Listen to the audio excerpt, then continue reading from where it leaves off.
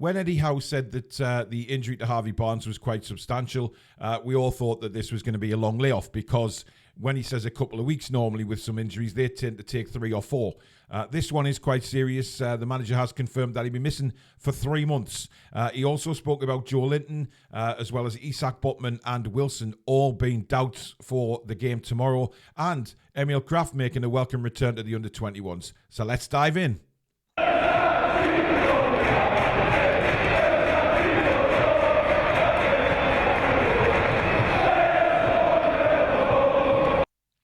Hi everybody, welcome back to the Toon Review YouTube channel. My name is Paul. Thank you so much for joining us today. If you do enjoy today's show, please don't forget to give it the thumbs up. Very important to the channel that we keep those coming. And if you're new and you like what you see, then don't hesitate to hit that subscribe button. It is free to do so. Come and join this amazing community right here on the Toon Review. And don't forget to hit the notification bell, which will let you know when we schedule our live shows or we upload any videos such as this one today. And please don't forget to keep voting for the Toon Review in the Football Content Awards 2023.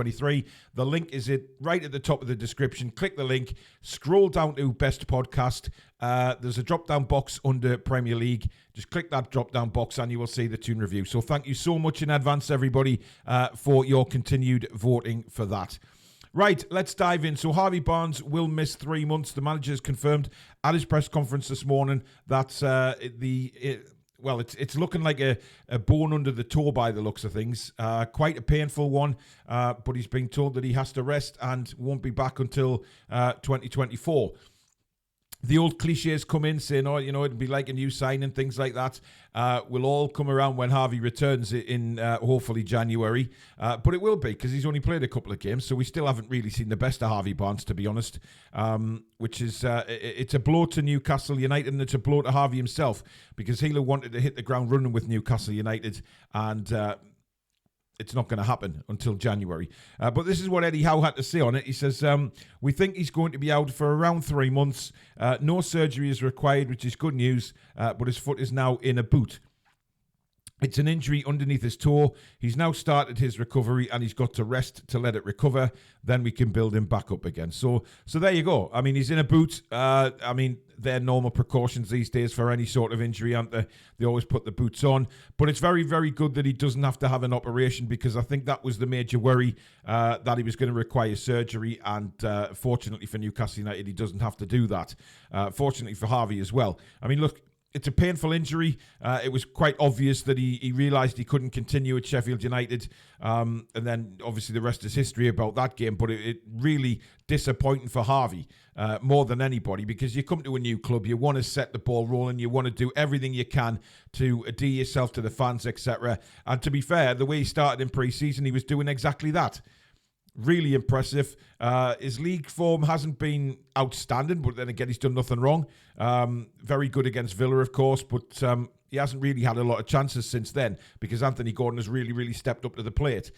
So it's very disappointing for Harvey Barnes, but I'm sure that when he does come back in January, he'll be raring to go again. And like I say, it'll give us an opportunity to rest a few players. Willock's coming back shortly, I believe. Joelinton's fit again. So, it's not all doom and gloom on the injury front for that left-hand side position, but Harvey Barnes will miss 3 months of the season. Now, those of you that know and watch Eddie Howe's press conferences will know that he very rarely gives anything away. He's very coy and very secretive about things that are going on at the club. And look, I think he's perfect at it. He's an absolute master at it. And he doesn't want to give anything away this time again to Vincent Kompany about the team. He wants to make sure that whatever team he decides to put out, Vincent Kompany will only know an hour before the kickoff. Simple as that. Now, the main three that obviously are injury doubts is Botman, Wilson and Isak. Now, you might think, Christ, Wilson and Isak, that's both forwards missing. What do we do? Blind panic. Not at all. If you're asking me to give my opinion, then I think all three will be involved in the game on Saturday. I think Botman will start. I think Wilson will probably start and Isak will be on the bench with PSG in mind. I think Isak will start against PSG. Those are just my thoughts. But look, how many times have we seen or heard Eddie say this over the time he's been at the club? He will not give the opposition manager a sniff of what the team might be or who might be missing or who might be coming in, etc.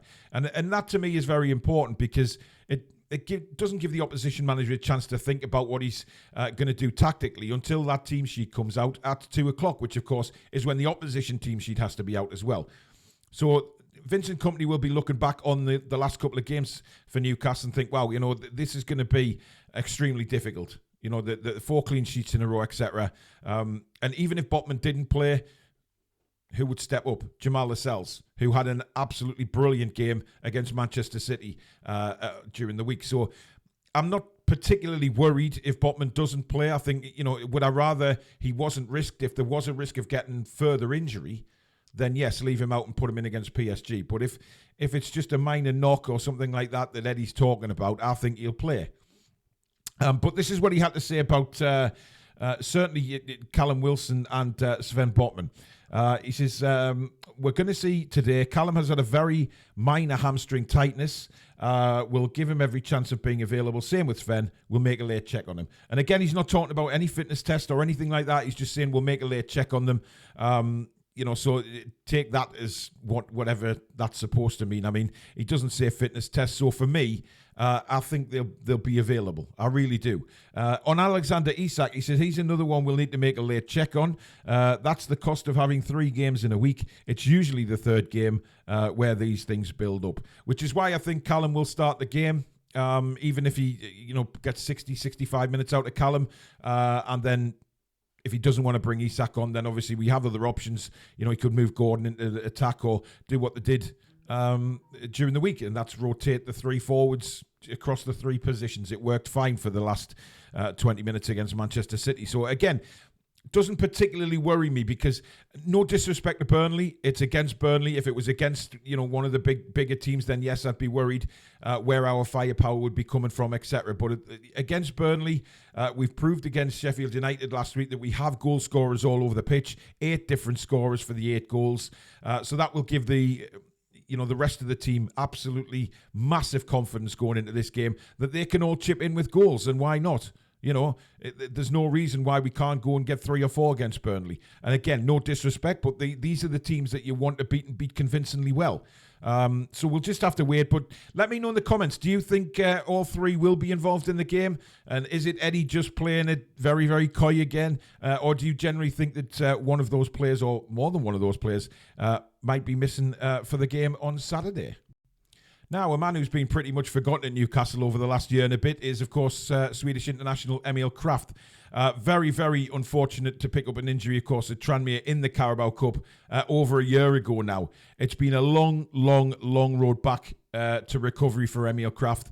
But Eddie Howe was delighted to announce in his press conference this morning that he will be taking part in the under-21s tonight. He said Emil will play for the under-21s tonight. Really, really good to see him come back and hopefully do well today.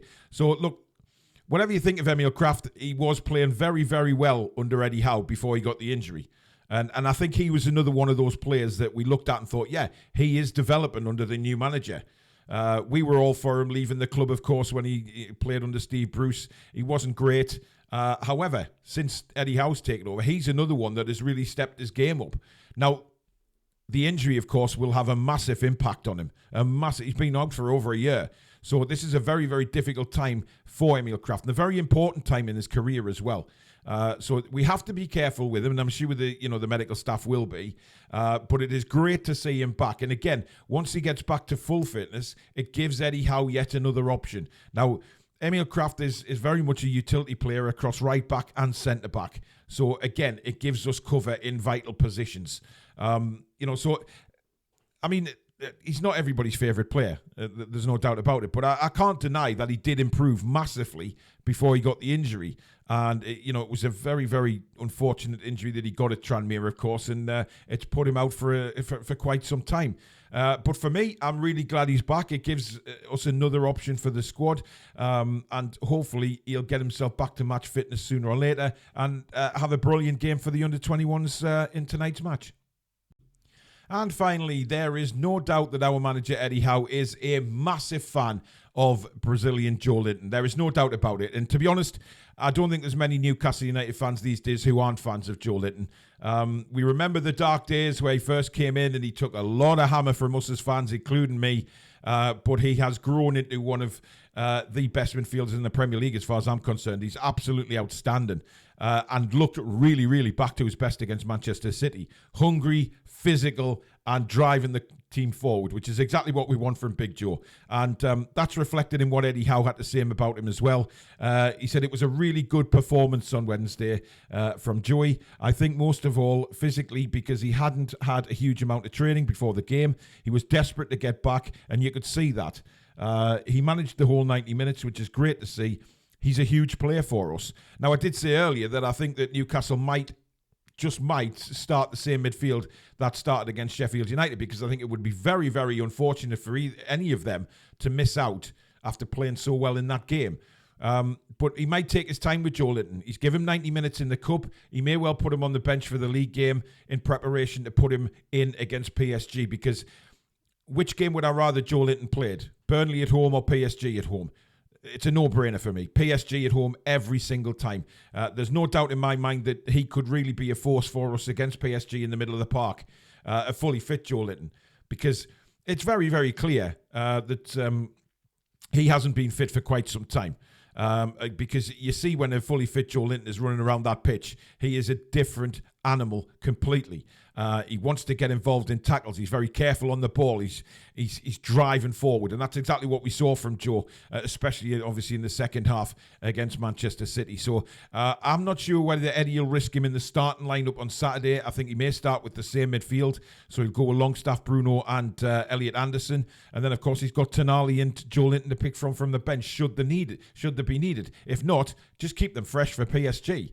That's certainly what I'd do. But look, it's absolutely great to see Joelinton at getting these sort of manager comments, because he's been nothing short of absolutely sensational for us since he was moved into midfield. It really is a miracle story, isn't it? Because you look at how bad things were from in the first year and a half at Newcastle United. There was nothing. Nobody thought anything good of Joelinton. Not personally, but footballing wise, he just didn't cut it, did he? And then he's moved into midfield, and my God, it is just it's a fantastic story of a rise of a player from literally rock bottom at the club with no fan support to all of a sudden being a lot of people's favourite player, including mine. And if you look back on this channel at the videos, you'll see I absolutely hammered him like a lot of people did.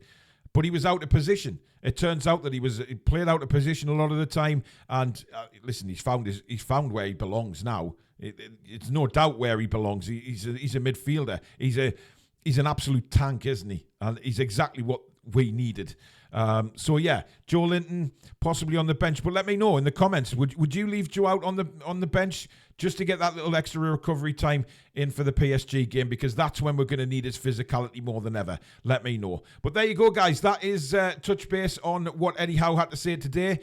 Thank you very much for watching. As I said at the start, if you have enjoyed the show today, don't forget to give it the thumbs up button, guys. It's very, very important to this channel that we keep the likes coming in so that people like yourselves can find this channel on the search results. And also, if you are new and you like what you see, please do hit the subscribe button, completely free to do so, and also the notification bell, which will let you know when we schedule our live shows or we upload any videos such as this. And of course, don't forget, keep voting for us in the Football Content Awards 2023. The link is pinned right at the top of the description. Hit the button and it'll take you to the voting page. Scroll down to Best Podcast, hit the drop down menu on the Premier League, and you will see the Toon review there. So thank you so much in advance for keep voting. And I should have a big banner in the background saying keep voting, but I know you guys are doing your very best for us, so I really do thank you for that. Right, if you're watching this on the Friday afternoon, don't forget to join us at 7 p.m. tonight, where we've got Face the Lads.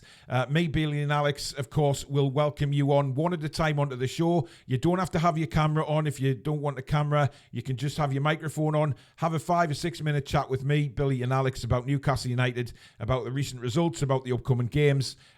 So it should be an absolutely fantastic show. The link will be in the description around about 10 minutes before the start of the show, and then we just bring you on in order. So thank you very much for watching, guys. Enjoy the rest of your Friday.